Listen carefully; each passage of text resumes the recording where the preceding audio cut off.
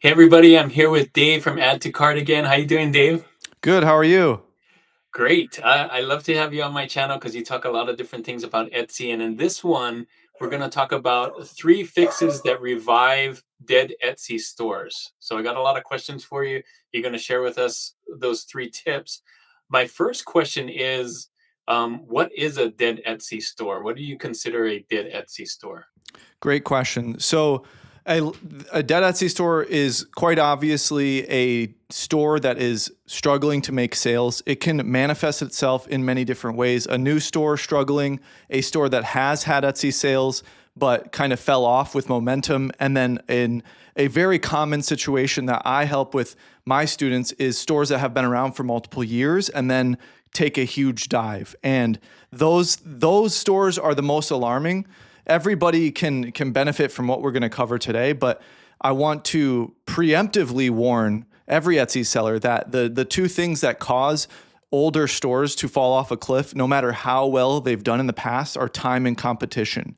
And if you stagnate and get lazy and don't add new things, new designs, continue being creative, then time is going to pass. That's going to be weighted against all your listings, and you might get buried. Then competition, of course, comes with time, and the implications behind that is thousands upon thousands of listings, whether you are competing against them or not. The algorithm is forced to rank and sort through them and give them a chance, a short burst of chances, even if that's a couple milliseconds in the search results. Honestly, if there's thousands upon thousands, you might get buried eventually. So a dead Etsy store can look like a lot of different things throughout an Etsy store's journey, and it looks different for everybody, but that's what I wanted to say. Nice. Yeah, I think that's great. I think a lot of people fall into that category of the dead Etsy stores, whether you're new or not. So I think this video is going to be very helpful for a lot of people who sell on Etsy. So let's go one at a time through these three fixes that you have for it. So let's start with number one. What's the first fix that dead Etsy stores can do to help? Absolutely. Good question. So, fix number one is I'm saying minimize algorithmic noise. And what do I mean by that? The algorithm on Etsy desperately wants to understand who you are and what you sell. This is so it can match you with who will buy you and who will buy you the most. It's like on Google, Meta, or Pinterest, it's like they're storing data, just like a pixel that stores data on a website or something. They're doing that for all their customers to match everybody. So if you have mixed signals or a mixed store and you're not getting sales, not saying you can't have a general store. For example, with print on demand, lots of stores are very general and have a wide range of niches. However, sometimes if you're not seeing the traction that you want, if you have too wide of a range and you have like 10 niches doing good, 20 niches not doing so good, the fix number one is to minimize all that algorithmic noise. You're sending mixed signals to the algorithm, and that's resulting in low or slow sales. So you can experience this, early or late in the game, and that can really hurt you. So how do you fix that? It's if you have a huge mix, print on demand or not, look at what is selling. Double down on those products or niches, because for example, with print on demand, for all of your viewers, you can have plenty of products with just a few niches, or you can have tons of niches with tons of products. So double down on those products or niches that are working.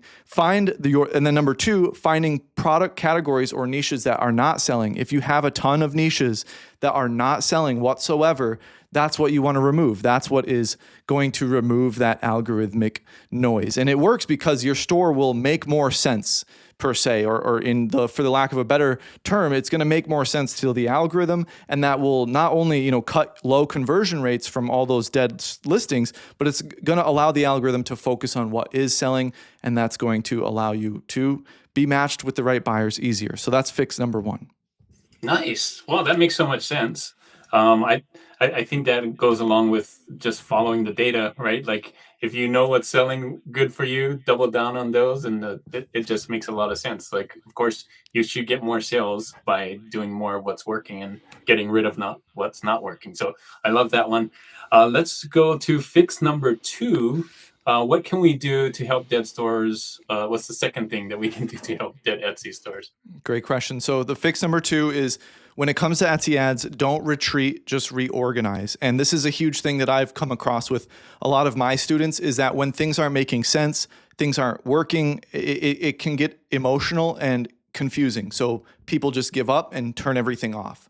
That is not what you want to do. If your ads are spending too much, then it's not a matter of turning the whole campaign off. You just want to simply turn off individual listings. That is going to add more fuel to the fire, and that fire being burning on the listings that are working. So if your ad spend gets too high, many sellers retreat by decreasing your ad spend or turning it off in general. And getting a campaign to spend a lot in the first place can be hard. I have a lot of videos on this on my channel where the Etsy ad system is very fickle. You might increase your ad spend to have it fall flat on its face and not spend anything. But when sellers do actually get to a point where ads are spending close to their daily budget, sometimes they freak out because a lot of listings might not be profitable, and people don't just think to simply reorganize and not retreat. So the fix is to not turn off the campaign or even reduce ad spend if it is spending close to your daily budget.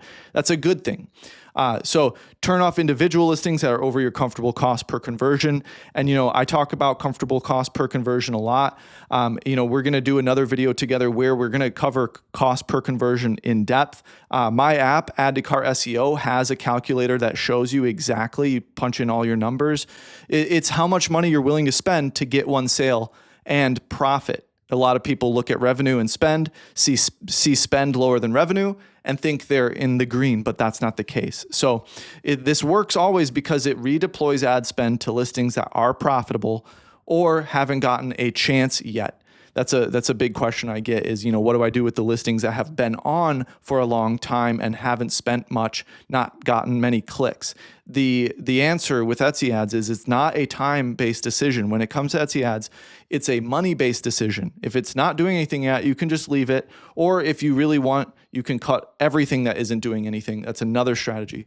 But in all reality, if it's not doing anything, you can leave it alone. It's a money-based decision. So that's number 2, not to retreat, just to reorganize. Nice. Okay. So when you talk about that, we're mainly talking about ads, right? Etsy ads. Not Correct. to retreat, reorganize your ads, make sure you're spending on the right ones that are getting you the clicks and hopefully get more sales because of it, Mhm. right? All Yeah, right. yeah. Cool. All right. Last tip. I love these. Really practical, makes a lot of sense to me. What's the third one, third fix that we can do for dead Etsy stores? The third fix is to re-examine your SEO. Having actually good SEO it can be hard to do if you aren't finding the right customers. Bad SEO is actually pretty common. You can either be misdirected, have no clue what's going on, or just be targeting too many things all at once. So if you target too many things all at once, that results in you're not going to reach anybody. So be very careful on that. Misdirected means that you might be targeting too broad, too specific, or just be missing your best buyers entirely. So you might have an amazing product, but your entire store's SEO is targeting a small section of the potential that you can sell to. So how do you fix this? Always be researching new terms, adding new things, and testing new things out. And then the second one is not to get comfortable. Nice. All right. I love that. So, great tips. I think these will work very well. Hopefully, anybody who listening can use these tips to help their store get more sales and get out of the dead store zone or whatever you want to call it. Uh, Thanks so much for sharing those. Thanks so much for being on my channel. If they want to see more of you, where can they go to find you? And I think you mentioned also you have some kind of app that helps with some of these things.